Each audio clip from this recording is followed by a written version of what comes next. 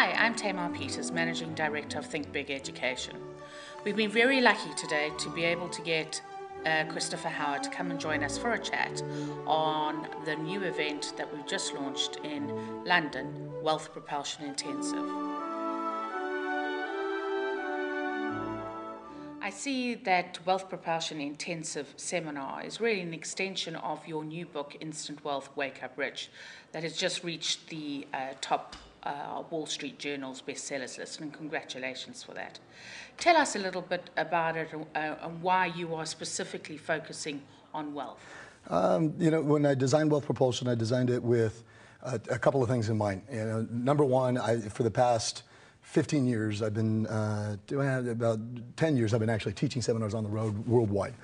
And one of the things that I noticed is the biggest issue that people would come into the programs with is wealth. Or not, that's not wealth was the issue, it was, the financial issues were the problem. And so they didn't, they'd come into our Breakthrough to Success program and I'd say, who here came for a relationship breakthrough? And very few of them would raise their hands. I said, how about a health breakthrough?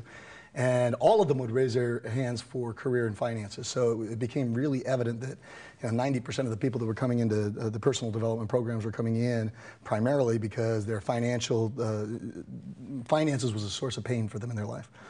And so we designed this program to kick people's financial evolution into high gear. And what I wanted to do is I designed it after my own heart. When I started on this path, I was always following my passion, but never made any money, really. Because I always believed that you either did what you loved or you made money. And as a result of not paying attention to the money side, I had a great life. I had a rich life from the perspective of doing what I love, but the finances was always a constant issue for me.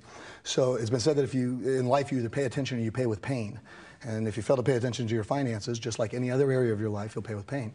And so I decided I was going to pay attention in a new way. I broke down the mindsets of billionaires, used all the tools of hypnosis, neurolinguistics to install these concepts in myself. My life, just shot up to the stratosphere. My whole life changed, built an incredible business while doing what I love. And my passion is sharing this information with other people so that we can change not only the mindsets of individuals, but the mindsets of corporations so that they can do it in a more, build their businesses in a more socially responsible way while simultaneously creating huge amounts of revenue.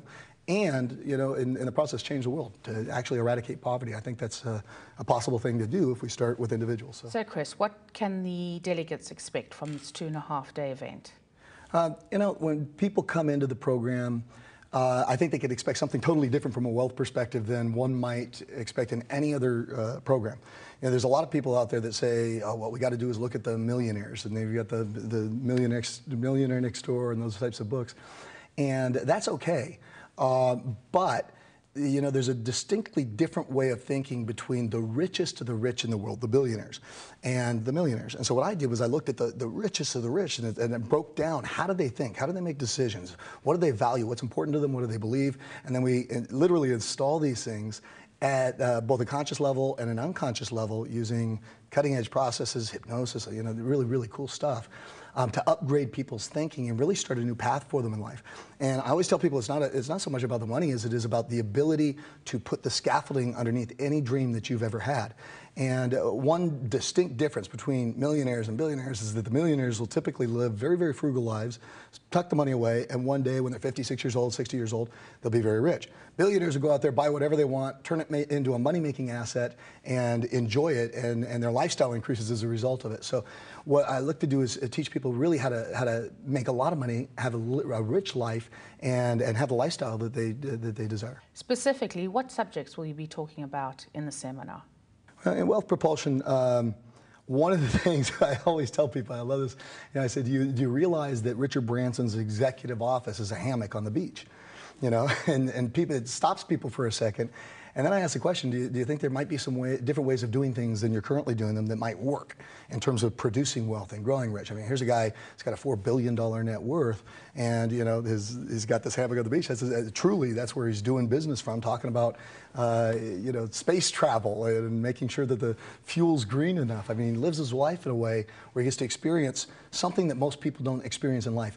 And so what we do is we look to upgrade people's thinking, break them from whatever programming and conditioning they previously had, but then upgrade it so much so that they have flexibility to create whatever they want in life. And the reason why we stretch by learning from the best of the best from billionaires is because you don't want to have a cap. If you start at the millionaire status, you're kind of shooting kind of low. But if you go out and you stretch your mind so much so that you can create anything that you want, then it's your choice. You have more freedom of choice to create whatever level you want. Billionaire clubs are there's only 1,500 of them in the world, so it's a select club. You can do it if you want to do it, and if you have the knowledge and the skills to do it, and we help people to gather that. But most people are going to choose somewhere in between, but you want to have the flexibility. So people are going to gain the flexibility of thought to create whatever they want.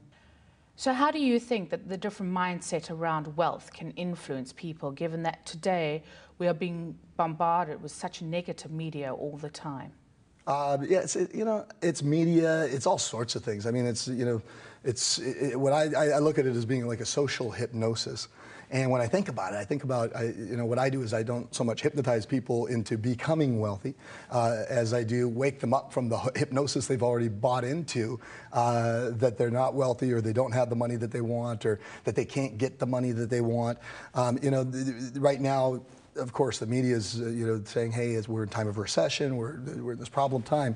But the people that become massively rich, they become massively rich regardless of the external circumstances. So what they have the ability to do is take advantage of any type of economy, any type of market, to leverage themselves and grow their wealth, their riches, their lifestyle, and make their life everything they want it to be.